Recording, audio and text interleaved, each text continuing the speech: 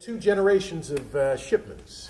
We have Mr. William Shipman on the left Yep. and Mr. Harry Shipman on the right, representing World War II on the left and the Vietnam era on the right. Correct. Harry, tell us about your Vietnam experience. Well, I served in the Signal Corps in Vietnam and served in a place called Monkey Mountain, which is on the peninsula outside of Da Nang.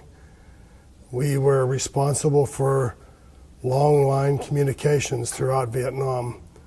And basically that meant that we had radios that were used for voice and teletype communications to connect up the various Army and Air Force and Navy divisions in Vietnam so that they could be able to send secure communications.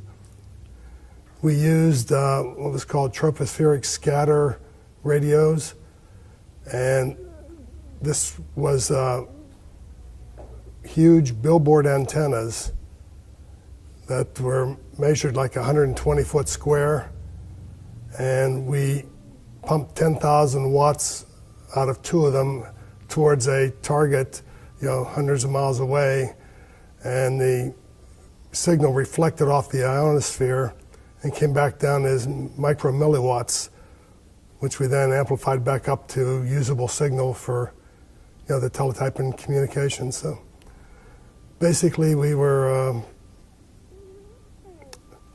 pretty much impossible to miss. We had all these 60 foot and 120 foot billboard antennas on the side of a mountain. You could only see us from about like 15 miles away. So, You grew up here in New Kensington? no, I grew up in the family home out in Gilpin Township outside of Leechburg. Okay. Well, we lived in a couple of places in and around town before Dad built our house out there, but from then until I got married, I lived there. And you have a sister that was Yes. also in the service too. Tell us about Jean. Well, Jean was a nurse and served in the Army. She was at Walter Reed Hospital, and she did her training at Indiana University of Pennsylvania. And when she graduated from there, she was, I guess, in the nursing program sponsored by the Army. And so when she graduated, she went in to serve and ended up in D.C. area for her whole tour. So all three Shipmans in the Army. Nobody even dared go in the Navy. No.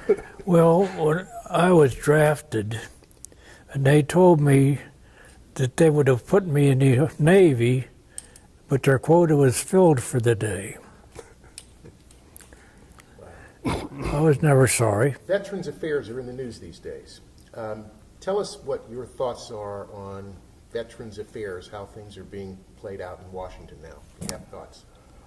Well, I think that the veterans have done everything they can to serve their country, and I think it's irresponsible of the way things are being handled that are denying them the benefits that they have earned and or due them just even by law. They're supposed to get these services, and either there's not enough people to provide the services or they're just ignoring the issue and hoping it'll go away maybe, but I don't think it's being handled the right way at all.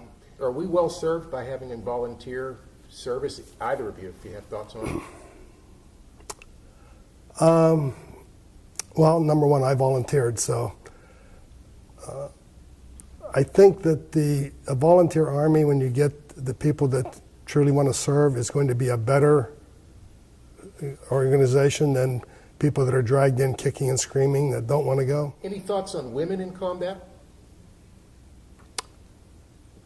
It wasn't something that occurred to me as I was in, but I honestly don't think there's any reason not to allow them to, serve if that's what they would like to do. And again, it's a volunteer organization, so if that's what they want and they want to do it, it's okay by me.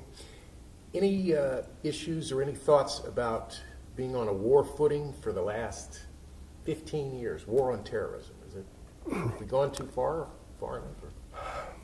Number one, I think we've been on a war footing a lot longer than that.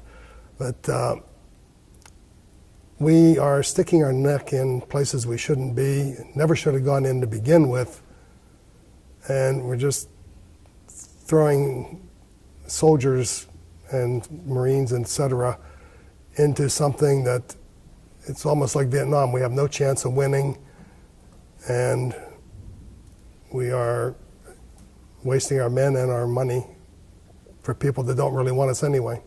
So we couldn't win Vietnam. Did we know that then? We could have won Vietnam. We weren't allowed to win Vietnam. There was the capability of taking out North Vietnam and wiping them off the face of the earth, but we weren't allowed to go in and do that kind of stuff. You know, they had some strategic bombing targets. That's all you were allowed to bomb. You know, you weren't. I don't think we were allowed to inflict the damage we could have inflicted to end it.